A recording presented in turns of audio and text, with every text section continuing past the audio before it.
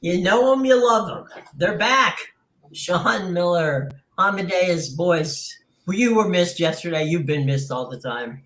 Love to have you back, and hope you're both well. And Sean's fighting a little issue here. Yeah. He's had a couple of little, hiccups along the way. But Thursday, boys, it's fantastic to have you back.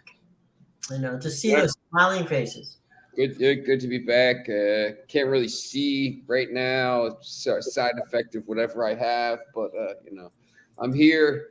And there's got not a lot of games today, but some big ones. Obviously our favorite team, Cluj, already picked up the win, and we got a Classico coming up at 3:00. So Yeah. I got a lot of Bill and Foxy and some of the boys were asking of you guys, and they were basically having debates amongst themselves as they do, and it's been pretty clever. But I don't it's know. a Thursday that not a lot but enough stuff going on for this particular Thursday. Yeah, I don't know if they saw the. I'll post it real quickly here. The FA Cup draw. We didn't talk about it yesterday. These are the games coming up.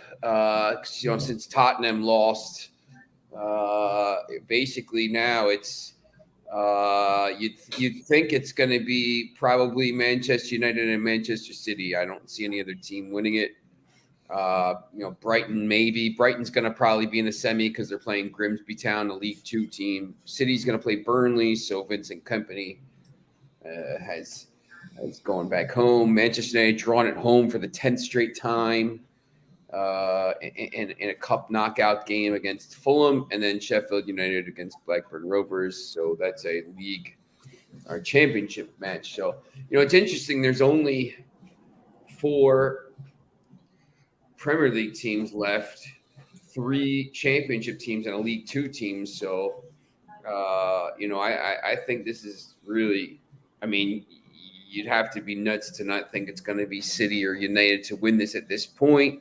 But, Brighton, if Manchester City and Manchester United get through and meet in the semis, maybe a team like Brighton and Hove could win it. But I think, there's some interesting results yesterday. Tottenham, I don't understand how you can trust this team at all, ever on the road. Southampton's atrocious. You can't. I don't care how bad you are in the Premier League. You cannot lose to a League Two team in a round of 16 game when you're trying to get through a knockout stage. I don't know. Did you have any of those games yesterday, Amadeus? No, I was focused more on the Premier League matches yesterday. Had Arsenal -1.5, so that they just slaughtered Everton. Oh my god! And then Everton's in trouble. I was on the Wolves +1, and it was looking so good for 75 minutes, and then just like it's like a 5-minute lapse, just gone in the wind. Gone. It was there. It's gone. It was 0-0, and then just like in a span of 5 minutes, 2-0. I was pretty interested to see that West Ham put a strong lineup out there. Like I didn't understand why he did that, to be honest. They got nothing else to play for. They're only. Right now you look at the table and they're they're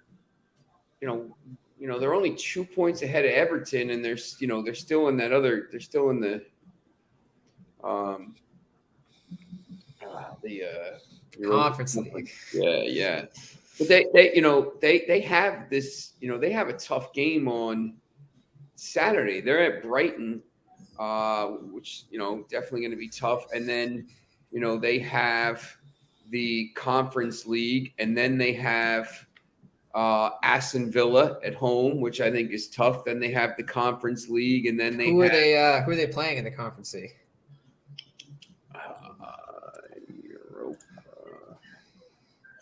Curious now.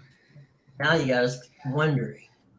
Yeah, just because that obviously if they have a weaker team, that's probably going to affect which lineup if They play for Premier League? AEK Larnaca. My Larnaca, man, they advanced. I didn't even see that because they were away. And it's away. You know, they're at Larnaca on you know, that it's not an easy trip, obviously.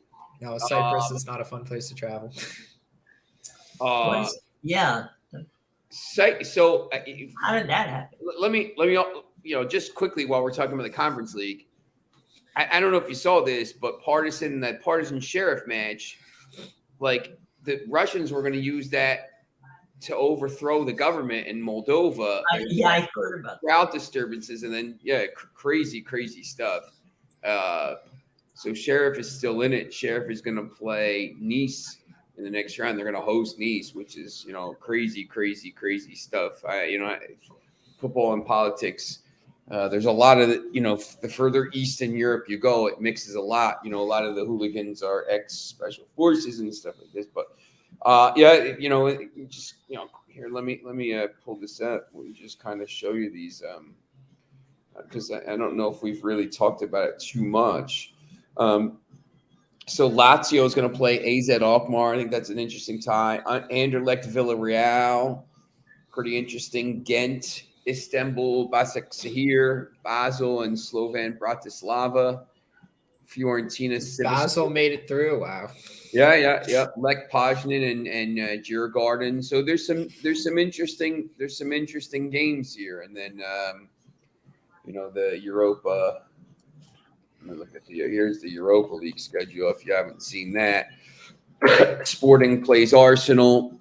Union Berlin plays Union. The Union Derby. The Union, all Union. What is all Union Derby? What is that, Charles? It's the Teamsters versus the AW. Yeah, exactly. Yep. Leverkusen, Ferencváros, Shakhtar Donetsk, Feyenoord, Juventus, Freiburg, Sevilla, Fenerbahce, and Manchester United, Betis, and then Betis obviously just lost their best player, Nabil Fekir, for the season with a torn ACL. So.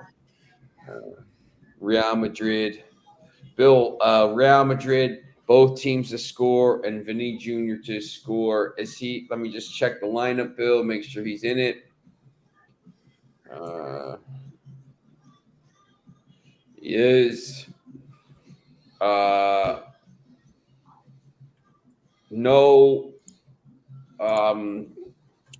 Lewandowski. I think he's maybe hurt a little bit. Gavi, Ferran Torres, Rafinha, Kessie, Busquets, De Jong.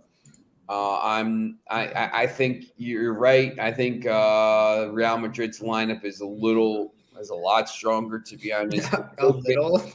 There's no Tuchmeni. Once again, Kevin has been really good filling in for him, but it's Benzema, Vinicius, and Fede Valverde up top. So yeah, look, I mean, I think they probably win that game. I don't know. Let me see what the odds are. FanDuel's got a boost right now. That's like both teams to score, Benzema to score, and I think the over 2.5. But I don't know. Like I don't know if Barcelona is gonna really score in this match because you're missing Pedri, you're missing Dembele, you're missing Lewandowski. Like they're missing a lot of key attacking players. Yeah, Bill, I actually might tell you to. I would probably lean towards just Real Madrid, to be honest. And this is a 2-legger too, so Barcelona might look at it like, if we can escape, we got the second leg at home. They were really good. They scored. They scored 3 goals against Manchester United, so it's probably not the worst play in the world. Madrid's defense is pretty good, but it's probably not the worst. But I like Real Madrid today. I think they win. I'm kind of excited to watch it.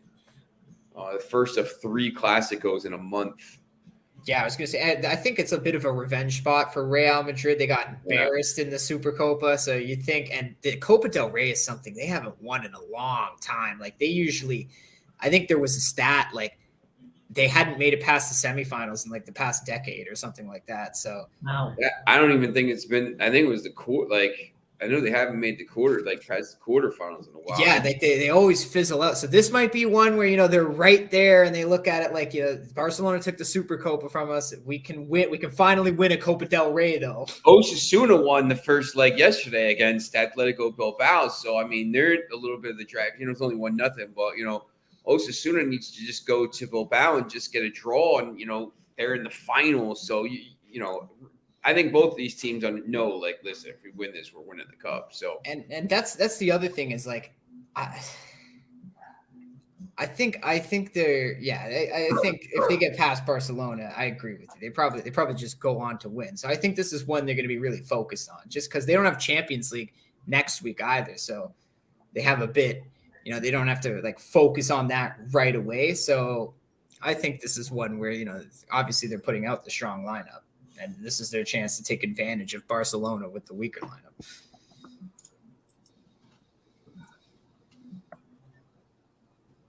yeah, I think I think this is going to be an interesting. I just think it's going to be an interesting 2 legs. A lot of times in these, you saw in the 2.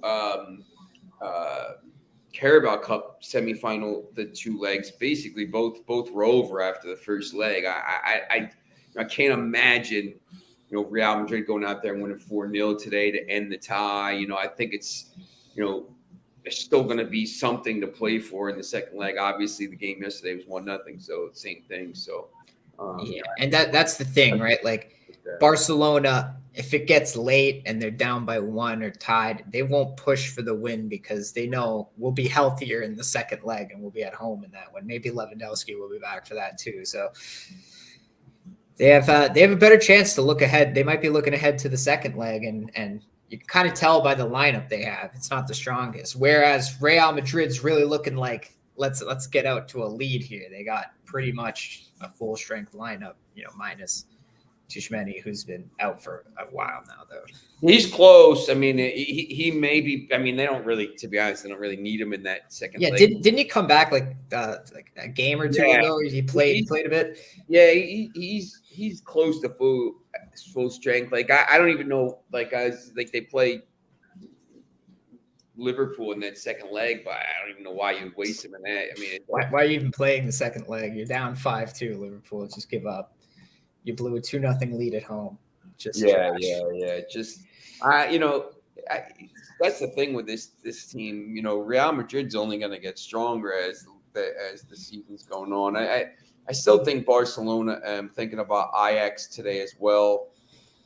I didn't look at the Dutch league today. They play.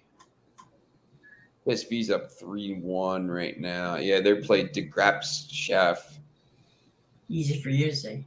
Yeah, I don't mess with. I just don't know how this Ajax team is anymore since their coach, their coach and their best players are dominating with Manchester United now. So it's a cup. It's in the Becker. So. It's not a league, maybe. Good old cup match. Yeah, let me see what those odds are there.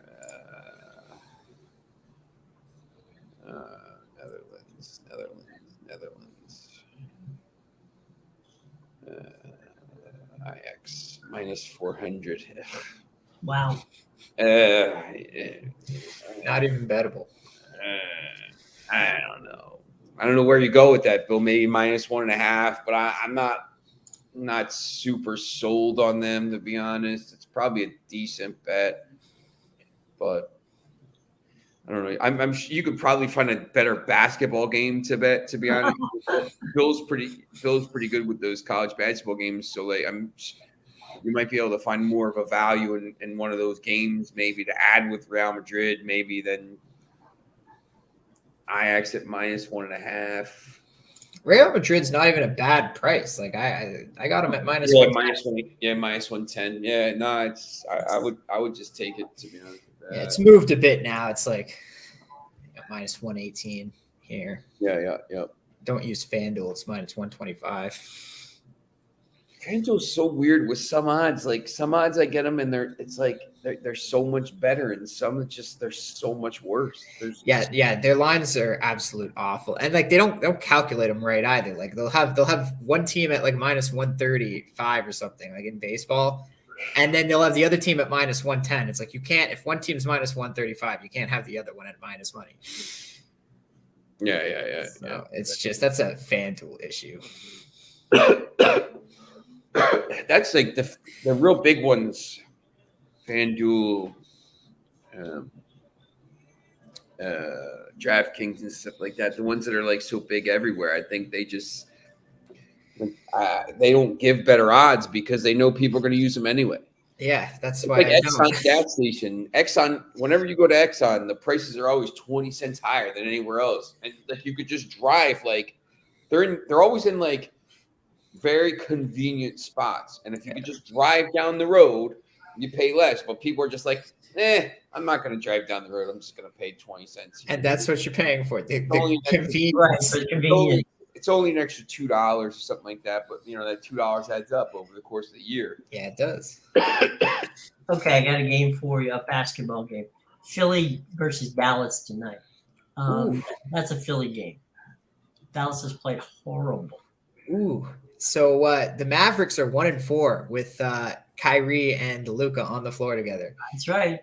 And the 76ers, I think they rested Embiid last night and still smashed the Heat. So. Yeah.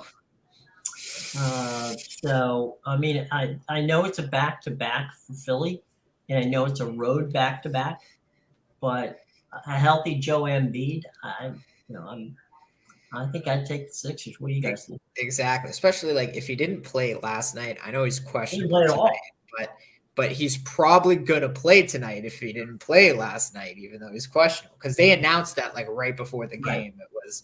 It was oh yeah, we're gonna rest him. So.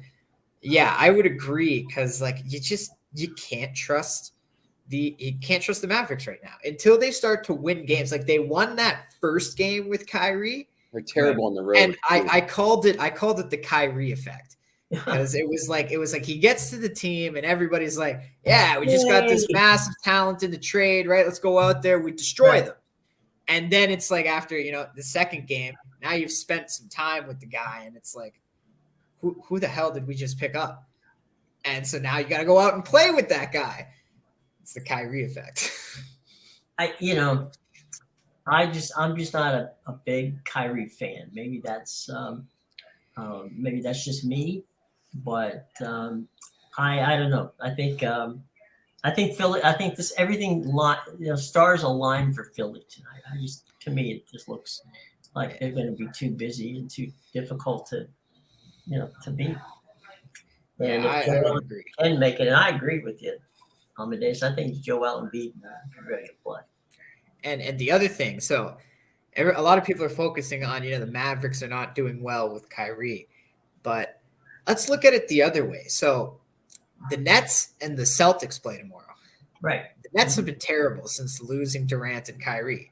Yep. But Celtics haven't been good either. The Celtics own the Nets because of that hatred towards Durant and Kyrie. So I'm curious, what do the Celtics do tomorrow night when now they're playing? Hate. Yeah. That's what I mean. They're playing against like, it's only them. It's not the net, right? It's like it's these scrubs now. So I almost feel sorry for these guys. They were in third in the East, and then I've never seen a team who's in third place sell half their team at the deadline. We're playing their G League team. And they're sitting Ben Simmons now for the rest of the season or whatever. But I know he's been trash, but like still, like it's such a mess there. Like, do the Celtics play with that same fire that they've owned them over the series, or do they say, it's the Nets? I don't. You don't need to try tonight. Yeah, I think that is it a trap game? Yeah, but I still think Boston wins. Yeah, they got their two players back, Brown and Smart too. Yeah. So I don't want to. If I'm Boston, I may not. I may look at it and go, "Crap, they're the two guys I hate the most aren't there." But I'm not gonna let that keep them from getting beat. I think it was mainly Kyrie too, because he used to be on that team, so it was like they had that extra motivation. Hey, He's built, South Alabama against App State. South Alabama has year in and year out put out a pretty darn good little basketball team. They have over the time. I mean, they played some, D1 teams hard. They had a decent football team too. Well, so does App State when it comes to football. Yeah. I remember App State. Remember when App State beat Michigan at the Big House? Man, that was crazy. A few years ago.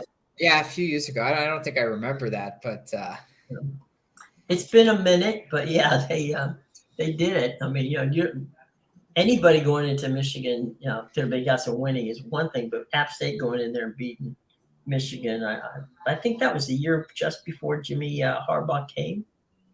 Yeah, that was probably when App State was still running the Sun Belt at that point. They were running it for a few years there, and then now you got Coastal Carolina. You got a few other teams that are decent teams, really really good in there. Yeah. And we got some next week, guys. We'll have some college basketball tournaments. Got the women's tournament starting this week, the conference tournaments. So there'll be some. If you're a basketball fan, college women's basketball fan, there's some good college basketball for you coming down the road here tonight, and then next weekend, pretty much on a week from this coming Sunday, will be Selection Sunday, and we'll find out who the 68 teams are who make the big dance. And Sean will be hanging in there going, is North Carolina there? Yeah, I don't even care, to be honest. It's a good thing because they're not playing well this year. So they're like 20-11. It's like I don't know.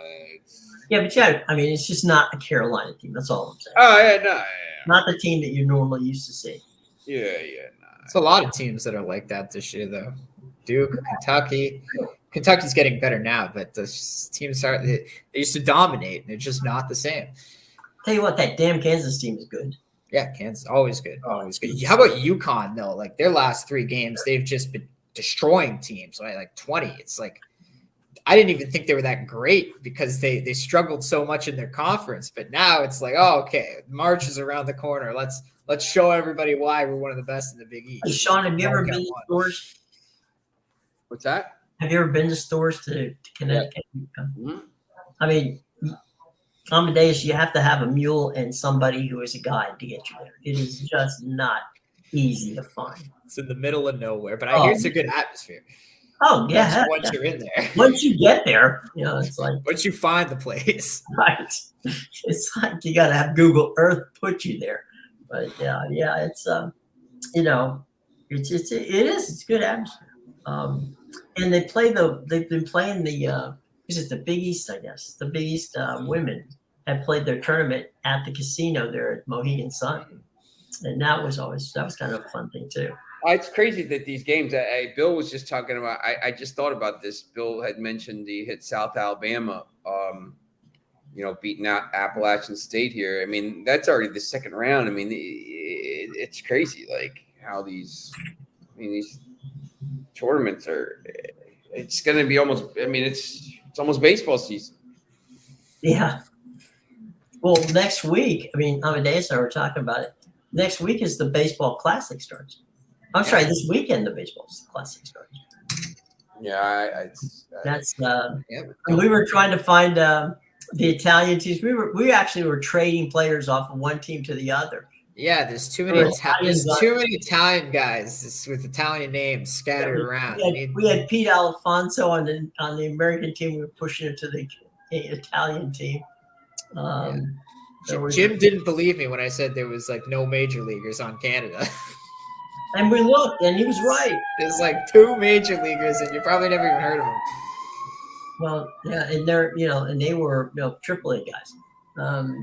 So yeah, it's crazy. But yeah, that starts this weekend. So I think the Japanese games are going to be played, as usual, way late in the evening. Yeah, it's so something to something more to pay attention to, as if we needed another diversion. I can't watch enough of the. I can't get enough of the sports as it is. You know, I said this weekend I'd like to watch some of the what do you call it, the XFL games. Uh-huh. I've heard they've been competitive. So yeah, I actually have a few people that watched the first 2 weeks and they like them. They like the new rules and stuff. How you can go for 1 point, 2 point, 3 points.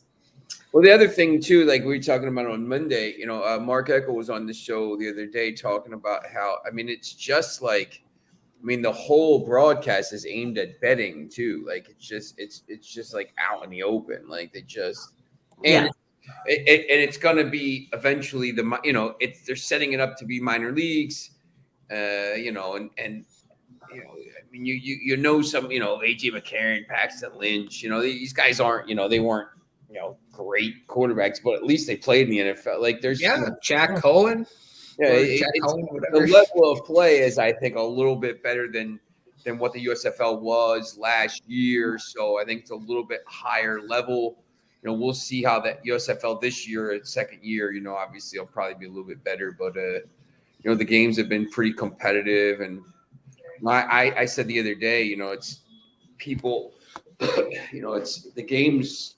You know, the Super Bowl ended, and a week later, the XFL was on. So it was, you know, there was no. Yeah, I think the XFL learned from what I mean, they made a massive mistake at the beginning with the first incarnation of the XFL with Victor. He hates me. Man, yeah, he hated me, all that rest of it. It was too much gimmicky. I mean, it was way too gimmicky. Just The make it new version of the XFL is more like, Sean, like you put it, it's kind of like playing fantasy football because each one of these guys, you know, you can bet on what they're going to do, what their, you know, what their stats are going to be like.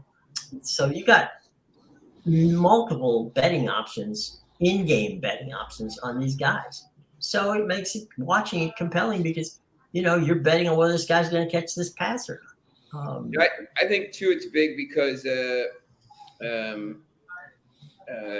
you have these things, you know, some of the rules are stuff the NFL's probably looking at. Like, you know, it's like minor league baseball when they're changing, you know, doing some of this stuff with the row umpires. It's not these crazy rules that, oh yeah, we're gonna do this. It's probably stuff that maybe fans might want, or maybe, you know, maybe they thought they wanted, and then they do it, and they're like, we don't like it. But you know, we want the My Pillow bases. It's not out of, you know, it's not this crazy wacky stuff. Foxy Juve stepped up in the end for a nice win, and then Independent Del Valle to be Recopa Sudamericana champions. Yeah, I saw your tweet about that. Flamengo turned into Spurs. Yeah, you know, that's you know, I read that story about Independiente Del Valle about how they were, you know, it's basically it's a selling club, and they, you know, the owners bought the club to sell players on, you know, obviously Casado. And now they've won their second Sudamericana,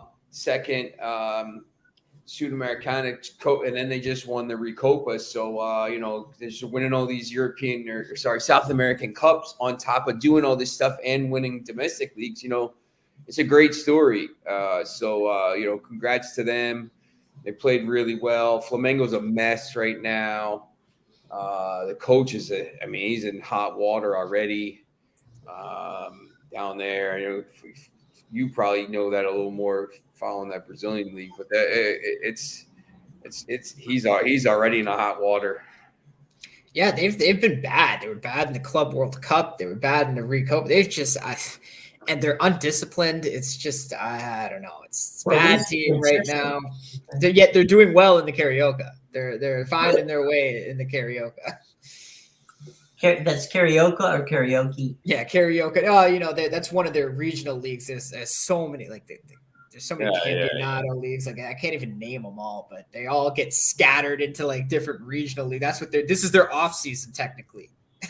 and then the Serie A will start, the Brasileiro Serie A, and then yeah, all the good teams are back all in the one league. But yeah, I mean, I don't know. It's a lot of soccer. It's a lot of soccer they have to play. A lot of soccer. Saka. Yeah, it's I mean it's a little bit like, I mean it's not really, I mean these Premier League teams, oh yeah, we got a break, and then they go on, the season goes to June, and then they have basically June and July off, and then the season starts again, August 6th or whatever it is. But I mean, you really don't, because you're on tour and you're training and all this stuff. So Manchester United's coming to America next year. They're going to play Wrexham, I know, in one of the games. Are they going to play, or is it going to be? No, it's going to be their U16 team. Like, come on, John. Yeah.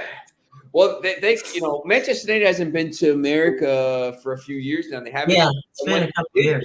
They were always on, because Mourinho had them based on the West Coast, so they're going to be, they're going to be in the East this year, which is huge for me. But yeah, I think they're going to be. I mean, I would think they're trying to sign some of these players. Carioca is what the city natives are called in Rio de Janeiro. Okay, so there you go. So I guess it's their Rio de Janeiro league then, Foxy. That's for that region. Yeah. That's why they're in the Carioca. Because I know there's a bunch of different names. I know Flamengo's in the Carioca, and then there's like so many other names. I don't pay attention to all of them, obviously. The Carioca, that's an interesting name. Yeah, they break into these little state leagues and they do this stuff until the season starts. But it's pretty cool. I mean, it's good because the smaller clubs get to play the bigger clubs, and it's for state pride, or it's I mean, that's cool. Yeah, it would be like if in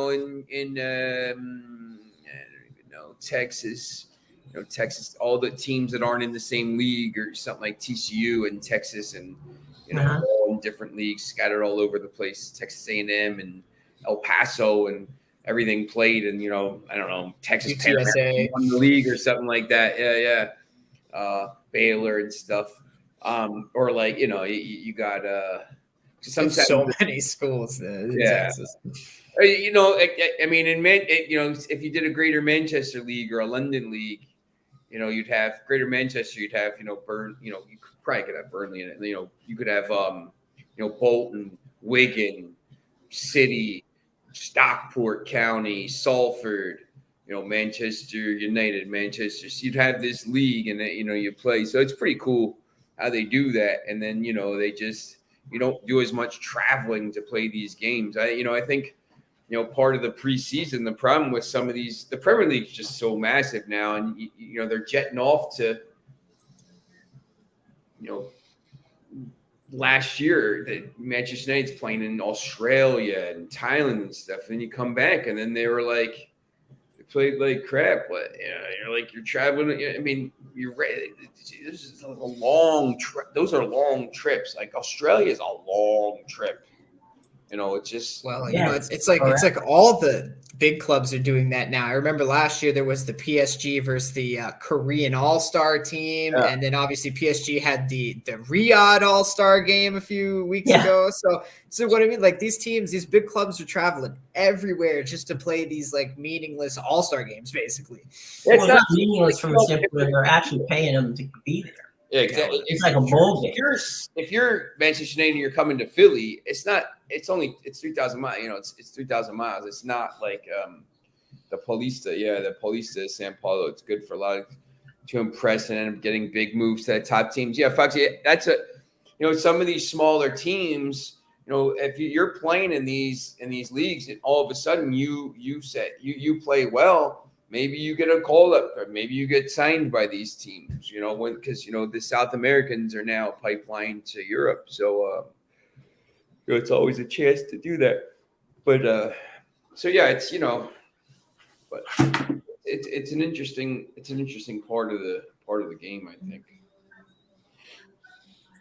Yeah, we usually get the Italian teams over here. A lot of Italians and Portuguese in Toronto. So yeah, there's also Roma's, the Juventuses. You also get Barcelona here a lot. They have a big following, and Barcelona and Real Madrid both have huge followings in Central America and in America. Yep. I know that a few years ago, there's always going to be a huge group to go to to DC, to New York, and throughout, right? And the ones coming to DC, it was as Liverpool played in DC. I forget who they played against, but anyway, doesn't matter. They played, and they filled the building up. And in Miami, they did 2 different games and filled the building up and down there twice. So there's some place. I mean, they know where to go to get the audience.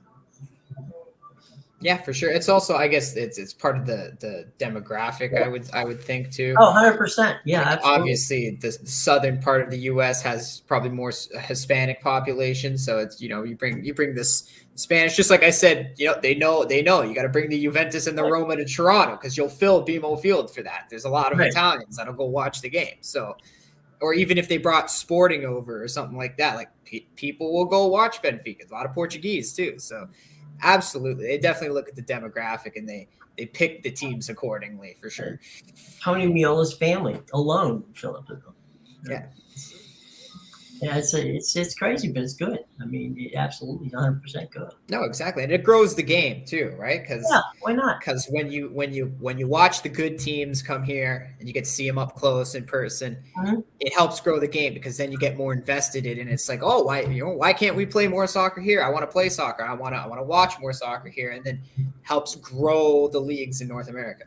The other thing too, guys, is I don't know. I'm sure Sean, you've noticed it when you've been to games here in the States of when Manchester United's there. I mean, these people have the merch. They show up. If they're showing up for to see Barcelona, or if they're showing up to see one of the Italian teams, they all have the jerseys or the scarves. I mean, they don't show up without the merch. Yeah. Although Manchester United fans, we don't wear that club merchandise. We got criticized this week by a certain fan base. So they don't want you to do it now. I don't want to say the name because I don't want to get anybody watching that. But I'll say it for you. It's Newcastle. I don't wear shirts to games. I just I've been going to enough games to know. I just wear polo or whatever. There's like an outfit. You wear Adidas. I don't Adidas 501s and black jackets and stuff like this. I'm American, so I mix it up. I wear Clarks or Nikes and stuff like this. So a little polo shirt or a Lacoste, maybe some Gucci, something like that. But when you go to these games, in America, people, first of all, the tickets are crazy. It's not, the tickets when I saw Barcelona play Manchester United in Manchester, the ticket was 30 pounds, 29 pounds. You go to these games here, you're not paying anything less than $120. I was going to say that's actually a cheap ticket. You're paying a lot more than that, and it's the teams don't even play their full lengths, but it's just I always say these people, they go to the games, they spend to get 4 tickets, they spend like $2,000. You could have bought a flight and gone to a game in Madrid. Not to mention the $20 beer and everything else. I think there's a little bit of a misconception. I think maybe Foxy can speak to this too. When you go to games in Newcastle, or if you're a fan from America and you're going to a game and you're trying to get the tickets are 30 pounds, 35 pounds. I mean, when you're an away fan, the ticket prices are capped at 35 pounds. I think it's either 30 or 35. The tickets are affordable in England. Sometimes City will jack prices up when they play like Category 1 teams or whatever. But, if you're just going to a Manchester United game and you're trying to get a ticket, the tickets are, you don't pay. You pay 40 pounds. I mean, it's just, people don't really tout. For the final, that was a little bit different, but So I think, the point is they're reasonable. yeah, I think people kind of are like, oh, it's before I went, I was like, man, I couldn't afford to do that stuff. Well, no, I mean, you kind of can. I mean, it's the flight is expensive, but if you fly in certain times of the year, you can get it for relatively cheap. I mean, there's been times I've gotten flights to Barcelona or Lisbon for $362 round trip. I use miles and stuff, and the hotel is probably the most expensive part of it. But now there's other options, Airbnbs and stuff like this. So, I used to stay in hostels until I came back with the mumps one time. I was like, that's the end of that. There's, I think it's something that, if I may end up writing a book about it, but if you're a huge, if it's something you think you'd want to do, I mean, it's definitely something you can do. And there's always tickets available. You could always find tickets. So it's a little bit easier sometimes.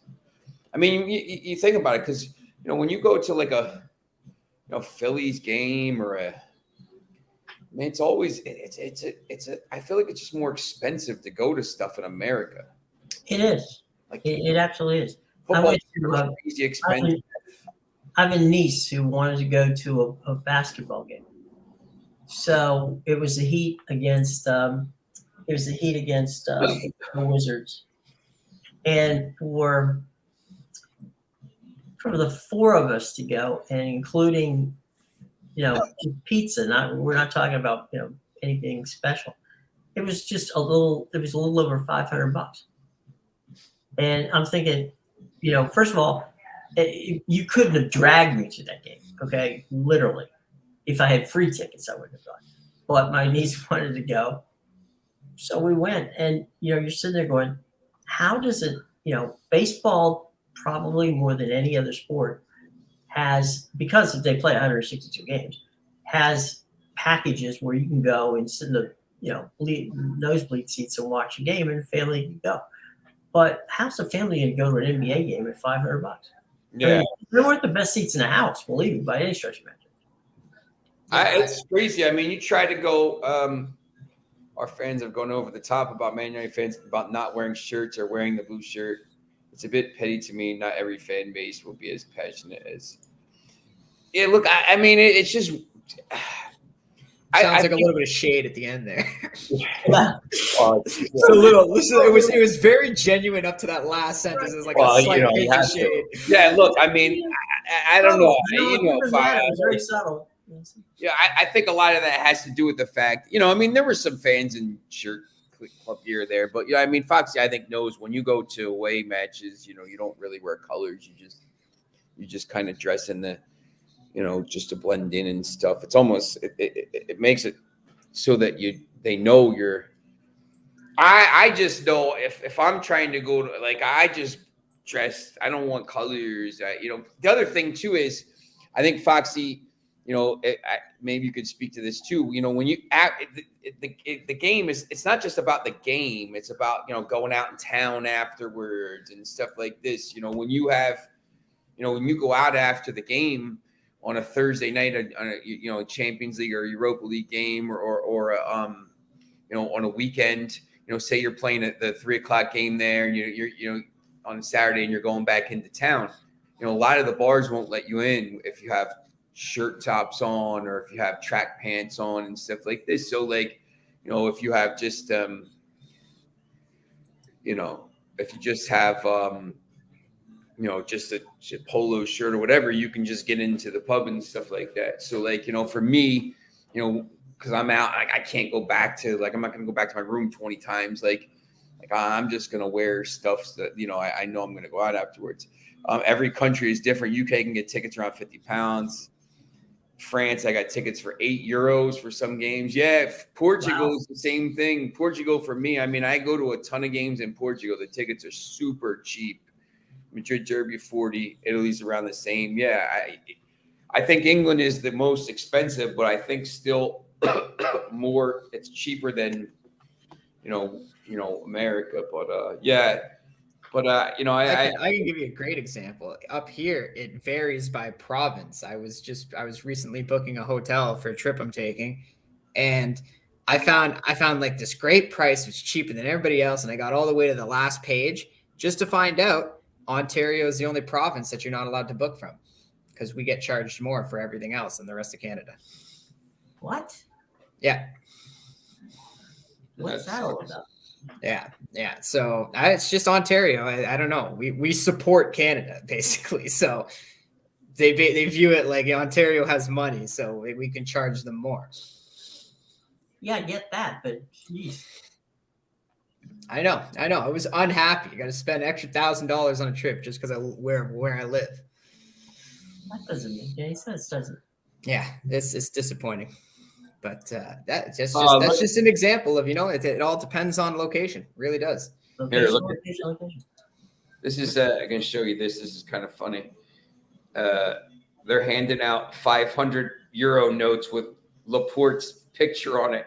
That's funny. Learn about today because of that scandal paying the referees. Oh my God. That's great. That's pretty funny. That definitely is funny. Somebody's got a sense of humor over there. Yeah, they it's a huge. I mean, it's a huge rivalry because Foxy's talking about South America, $10 to $30 a game, 25. I would love that. Semifinal Copa Libertadores, Barcelona, Ecuador versus Gremio. Barcelona and Madrid do not like each other, and it's not just the football. It's the Madrid is the seat of the capital, and Franco's Spain, and Barcelona is Catalan, and trying to break away, and there's all this stuff. The last Clasico I was at, they actually postponed it. The reason I got to go is because they postponed the first one because of there were like riots. And then the night after the match ended, they were burning dumpsters like everywhere you went. You couldn't go. You could only go down certain streets. Sounds crazy. like a Marseille match to me. We didn't talk about that. Where was the tear gas? Did you see what happened after that match with Gaultier going after the fans? Yeah, I saw one of them. I was watching one of their matches, and it got delayed a half hour because there's tear gas everywhere. Yeah. Nah, it's crazy. I mean, it's like playing in a war zone. PSG just beat him 3-1, and after the match, Christophe Gaultier was about to climb over the dugout into the stands and go after the fans because they were just going. It was crazy stuff. And it's Marseille. They have a problem with this. Like there was a year or two ago, they literally had a game canceled and then rescheduled behind closed doors because they can't trust their fans. Marseille's it's the if you ever do you ever see the French Connection? Yeah. It's French Connection too. I mean, Marseille is a strange town. No. Same thing. It's a lot of North African people. There's a lot of immigrants and stuff, and it's a crazy town, and it's like they have the same thing. It's like with Barcelona and Madrid, they have that rivalry with the capital because the capital wants to rule everybody like it's like they're from Paris, and everyone's not from Paris, or everyone's not from Madrid, or everyone's not from Washington. So it's just I mean, the dynamics of politics that go into football and stuff like that, it's crazy. So Marseille is a crazy place. Yeah, you want to catch a riot, just catch a Marseille. I would love to go to France for like a month and just go to these matches all over the place and see these games because it's crazy. Every time you go, something happens. Yeah, there's always something. There's always something. Yep. Yeah. I look forward to.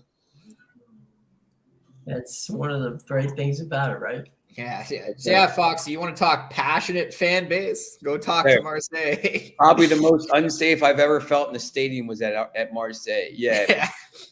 I don't know that it's like my friend is always like, you should come to a game there. I'm like, it's just weird. Like, they're No, I actually like to live. Do you have a cop friend? I would like to borrow a riot like, shield. yeah, I mean, Right. it's like, I mean, it's a dodgy city. Like, I mean, I mean, Foxy could tell you more. I mean, yeah, there's some crazy places.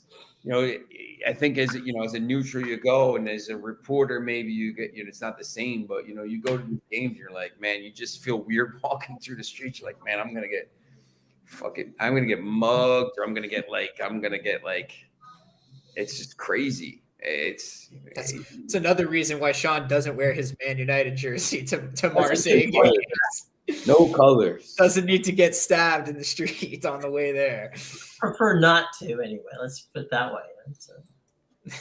Look, I mean, the first time I rocked up to Paris for a PSG match was in 2011, and I got to the Gare du Nord, and there was guards and machine guns. There's guards with machine guns at the game, like machine gun. It was crazy. But same thing, Porto Benfica. There was riot cops with machine guns thing, and they put you in a cage. If you're a Benfica fan, you're in a cage up at the top. Benfica won the game 2-0, but it's just like, oh man, I mean, these places it's different. It's just a different way. I've never been, but it's probably the same at San Siro for a Milan derby. I've heard some crazy stories there. Yeah. I think it's I think it's a little bit different in some. I remember in Paris we were there, and somebody was telling us about a restaurant. So we turned down the wrong street, and we went in, and when we went in to the restaurant, to the street where the restaurant was, there's like guys with machine guns standing all over the place. It turns out that the restaurant was literally between the Israeli embassy and the World Bank. And there was every possible, it's security. I was there. Yeah, I was there about a week before Charlie Hebdo, a week or two before Charlie Hebdo happened. I mean, I was staying right around there too. I mean, when you get to go to some of these games and some of these places, you just don't, I don't know. I think, sometimes Amory will say, like, I always notice stuff when I go into places, even here, just stupid stuff. Like, I just notice stuff. But you kind of see all this, I don't know. I'm just always used to, because I'm in different places trying to see what the environment's like. Like, is there going to be an issue at some point? Like, is there going to be, something happening? Like, is something going to pop off? Like, how do I get out? Whatever. So, like, where's the exit route? Always know your exit. Yeah, that's what I was going to say. Just kind of notice that, all that intelligence training and stuff like that. So look, you gotta know that stuff, because, you don't, you're in another country, they don't have the same laws. They're not, but they're like, they might not. They're like, why are you here? Because there's nowhere else I can be. American, thing, blah blah blah. You just don't know. So, like, it's better to have, just better to know all that stuff beforehand in case something does. Like, nothing usually happens, but if it does, then at least you're all right. We sat. I'm not that I'm getting political, but when a former president was in charge, it was always difficult at times to go to certain places, because the first thing they'd say to you when you're American is they looked at you like you were gonna, you were wearing a hat of some sort. So it was like, no, I'm good. Viva the Americans, Viva Garnacho. Right. It's like, oh God, just get me out of this place. Just get me out of this place. But, hey, you pay your money, it takes your chances.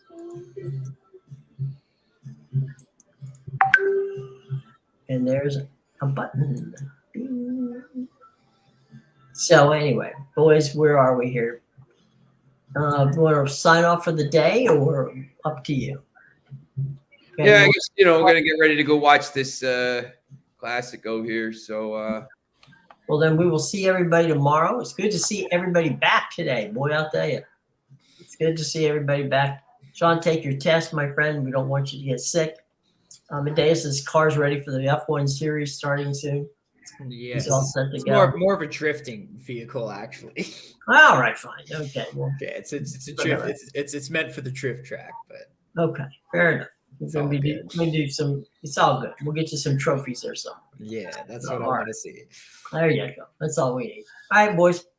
So for Sean, Amadeus, and Jim, have a good day, everybody. We will see you come tomorrow, same time, 2:00, right here. Join us on the day. And it's always good if you hit the close button too.